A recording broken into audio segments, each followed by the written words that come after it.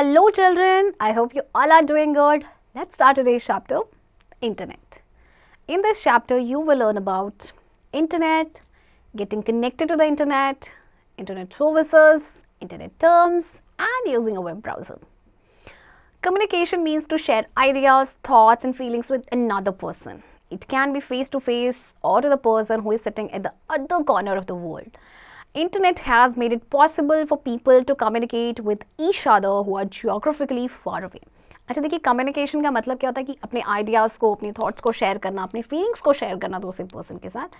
आप face to face भी कर सकते हैं या फिर आप उस पर्सन के साथ भी कर सकते हैं जो वर्ल्ड के किसी दूसरे कोने पे बैठा हुआ है.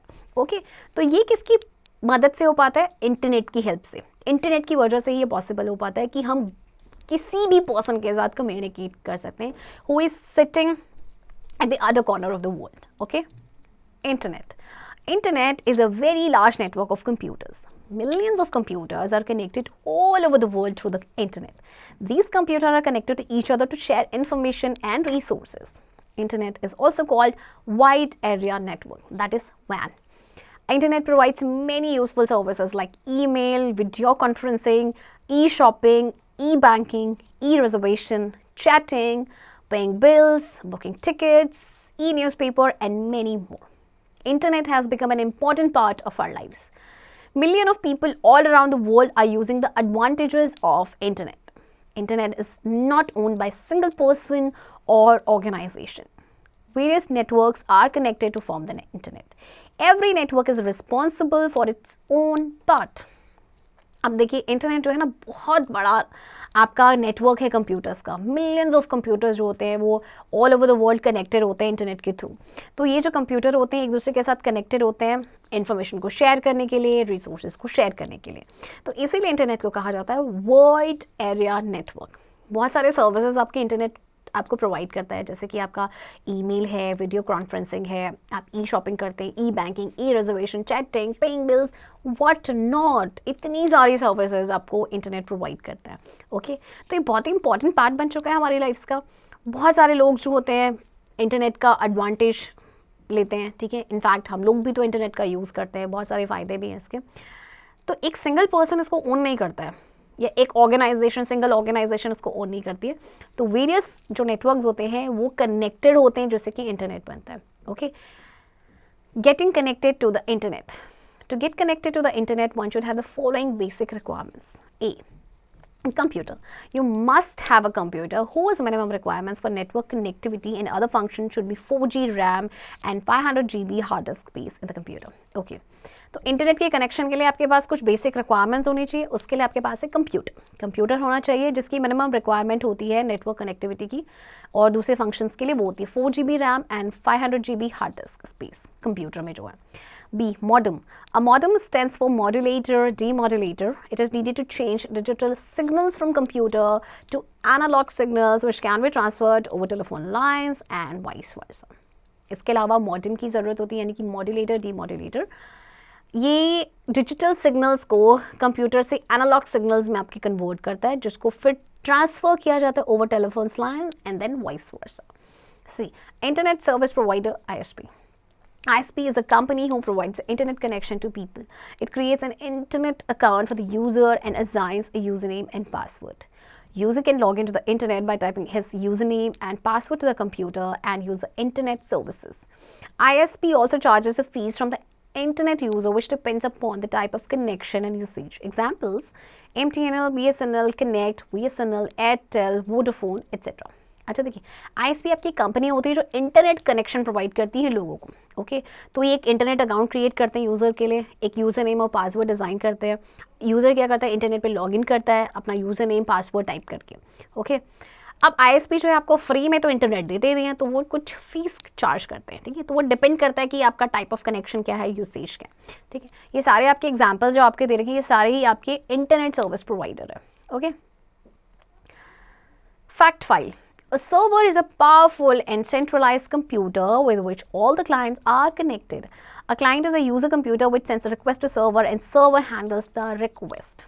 सर्वर आपका बहुत ही पावरफुल और सेंट्रलाइज कंप्यूटर है जिसमें आपके जो क्लाइंट्स होते हैं ना वो कनेक्टेड होते हैं। तो क्लाइंट आपका यूज़र कंप्यूटर होता है जो कि रिक्वेस्ट सेंड करता है सर्वर को, और फिर जो सर्वर है वो रिक्वेस्ट को हैंडल करता है।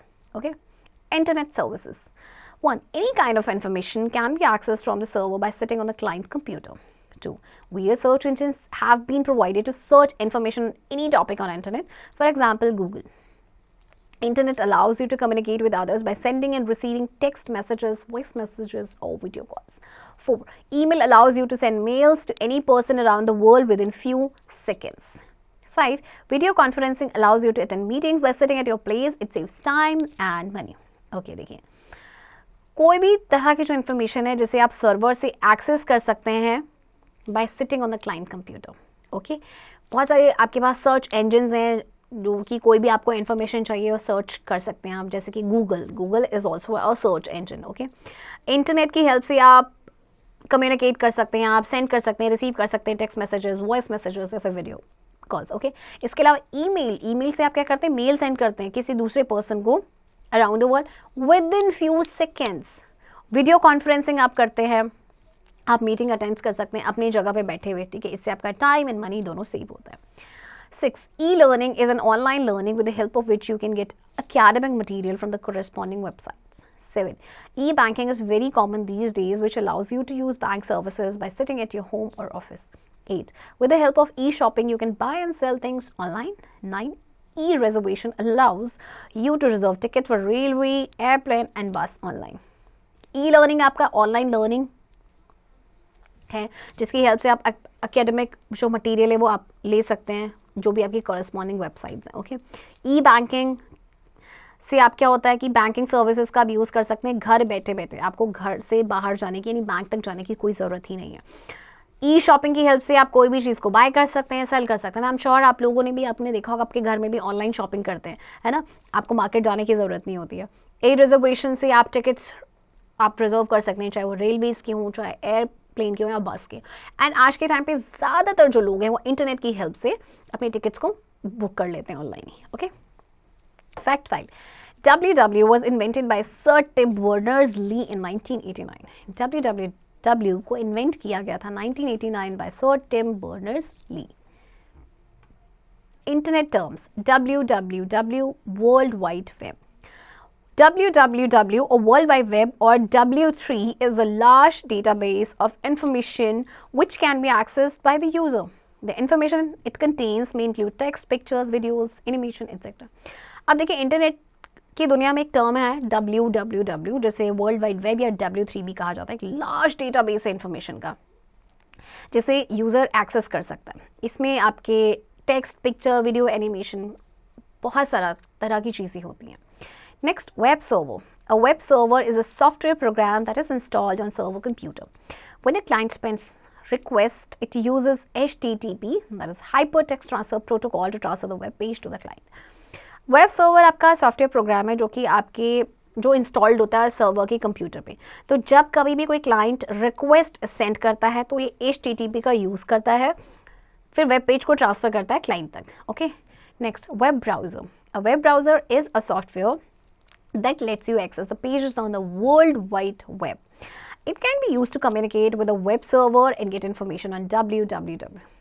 वेब ब्राउज़र भी आपका सॉफ्टवेयर है जिससे कि आप पेजेस को एक्सेस कर सकते हैं जो आपके वर्ल्ड वाइड वेब पे होते हैं। ओके, इससे आप क्या कर सकते हैं, इनका यूज़ किया जाता है वेब सर्वर के साथ कम्युनिकेट करने के लिए एंड इन्फॉर्मेशन को लेने के लिए on www. Okay, next, website. A website consist of web pages. It is like a book containing various pages with information. The information available on the internet is connected in websites. अच्छा, website आपने सुना होगा, website actually में क्या होता है, इसमें आपके वेब पेजेस होते हैं, ये आपकी ना बुक की तरह होता है जिसमें बहुत सारे पेजेस होते हैं, उनमें आपकी इन्फॉर्मेशन होती है। तो इन्फॉर्मेशन आपके इंटरनेट पे अवेलेबल होती है और वो आपके वेबसाइट्स में होती हैं। Okay, learn more. Microsoft Edge is a default web browser on Windows 10. Windows 10 में ना जो माइक्रोसॉफ्ट एज है वो आपका डिफॉल्ट वेब ब्राउज़र है। Web page. A web page is just like a page of information. The information it contains will be related to a website to which it is a part. It contains information in the form of text, audio, video, pictures, graphs, table और hyperlink.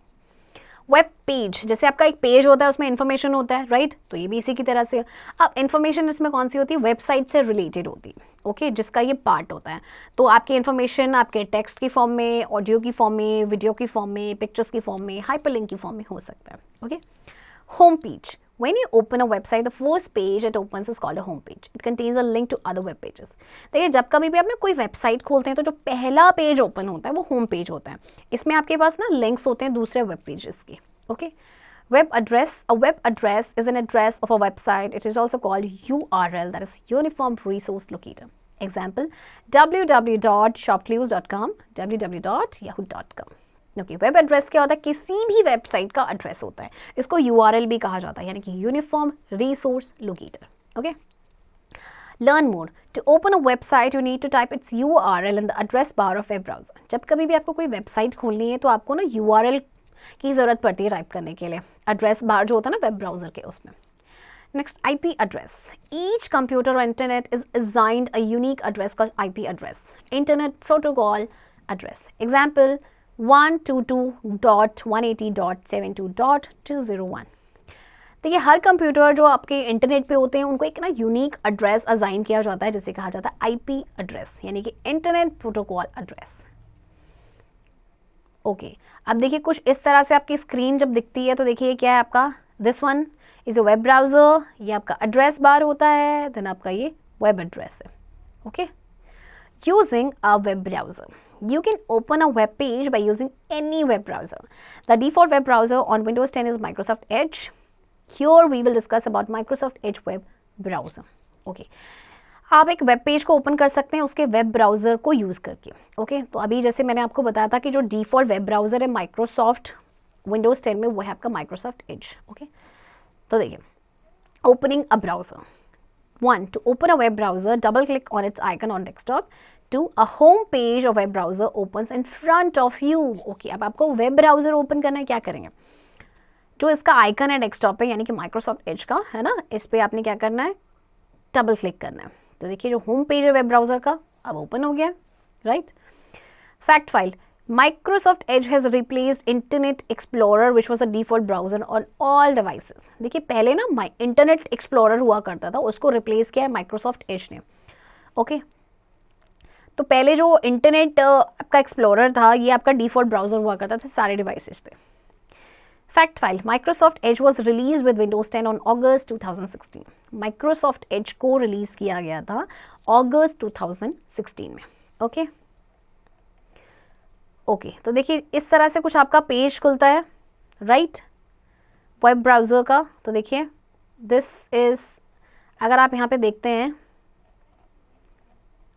ये जो आपके पास arrow है, this is back then forward, ये home आपका जो ये साइन बना है home, then address bar, hub, add note, ये 3 डॉट सेटिंग है आपके, एंड दिस ये आपका रिफ्रेश है। Okay back, this button is click to go back to the previous page you have already visited. Back का इस बटन का use हम किस लिए करते हैं, प्रीवियस पेज पे जाने के लिए जो हम ऑलरेडी विजिट कर चुके हैं। Forward, this button is click to go to the page you were before pressing the back button, और फॉरवर्ड मतलब अगर आपको अगले पेज पे जाना है तो। Next refresh, this button is click to reload the most recent version of the current page. देखिए इस बटन को क्लिक किया जाता है जो मोस्ट रीसेंट वर्जन होता है ना करंट पेज का, उसको रीलोड करने के लिए। Okay next home, this button is click to open the home page of web browser. Address bar, when you click on this bar a cursor appears which allows you to type address of a website dot no more than colon। जब आप इस बार पे click करते हैं ना cursor appear होता है, तो इससे आप क्या करते हैं, आपको वेबसाइट का एक एड्रेस यहाँ पे टाइप करना होता है। Okay hub, when you click on this button it opens a pane which can show the favourites, download list, history and reading list.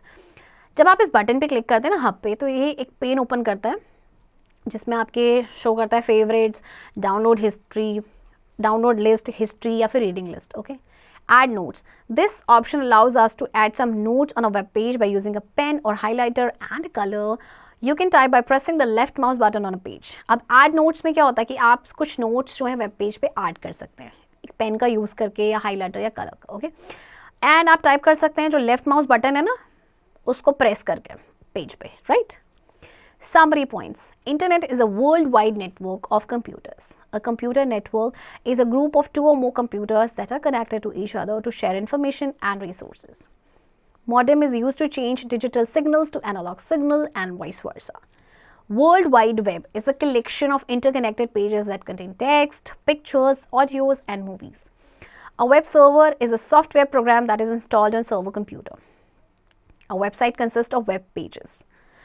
A web address is an address of a website. It is also called URL. Each computer on internet is assigned a unique address called IP address. Children, I hope आपको ये chapter समझ आया होगा और chapter की practice अब आप खुद से करेंगे.